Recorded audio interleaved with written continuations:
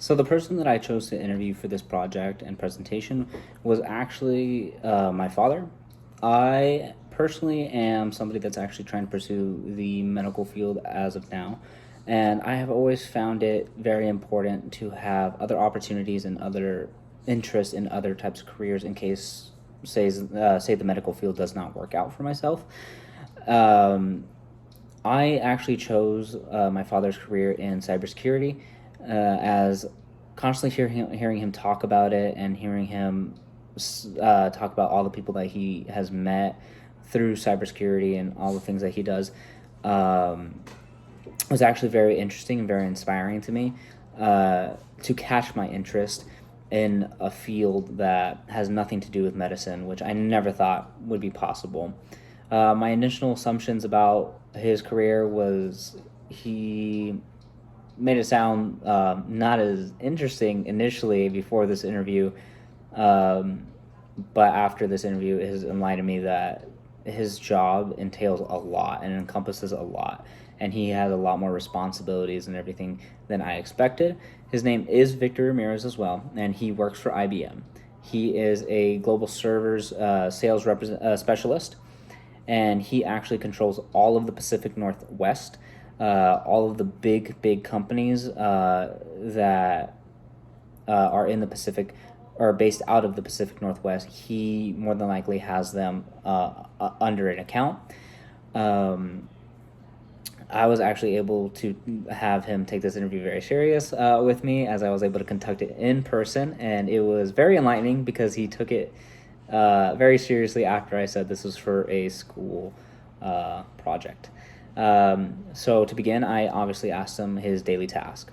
So his daily task often entail that he responds to emails. He's constantly sending out emails in order to reach out to potential clients and potential new people that can connect him to new clients.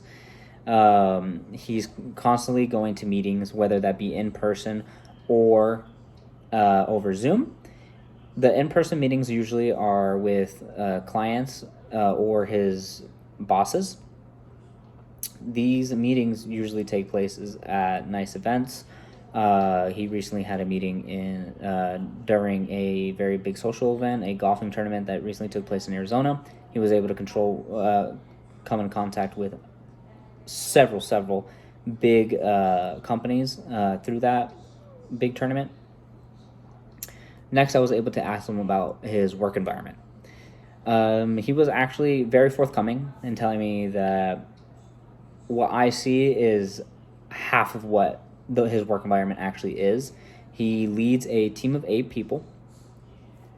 This team is comprised of 3 engineers as well as 5 other people that control sending out emails, reaching out to people, setting up big meetings for him, and setting up large presentations that he often has to do for these big companies in order to hook them in and become a new customer for him.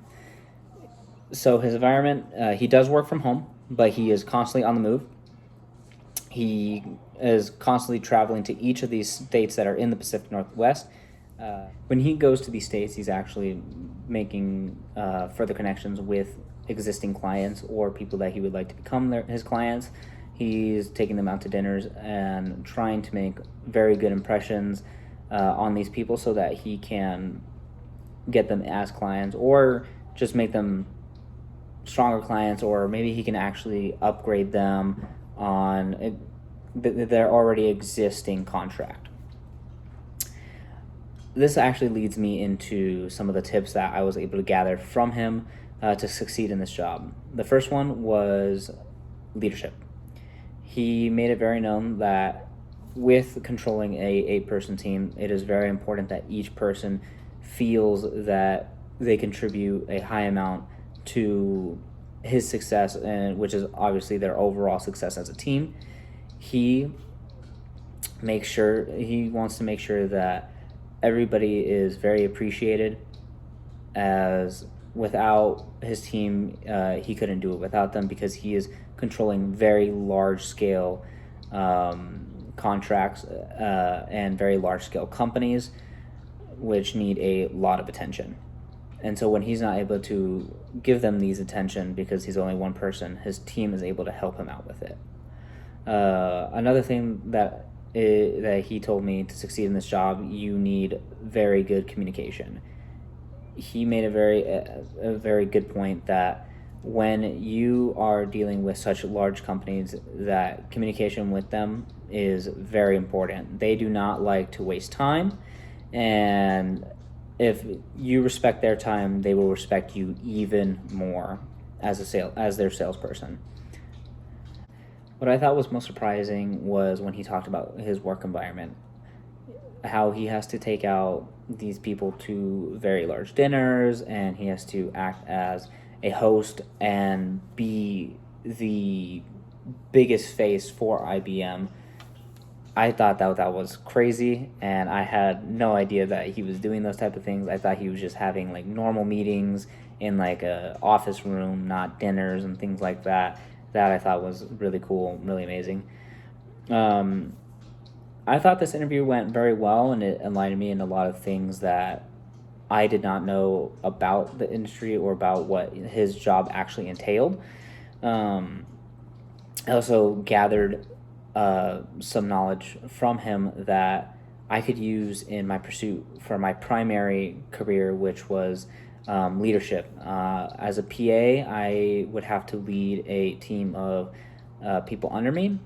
Oftentimes it would be some nurses or CNAs, and I would want to make them feel appreciated, so that way they don't feel resentment to me,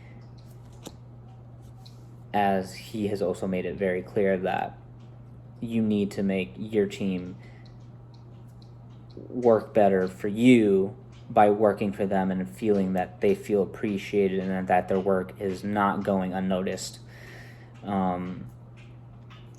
So in my career path, I will definitely be applying that skill.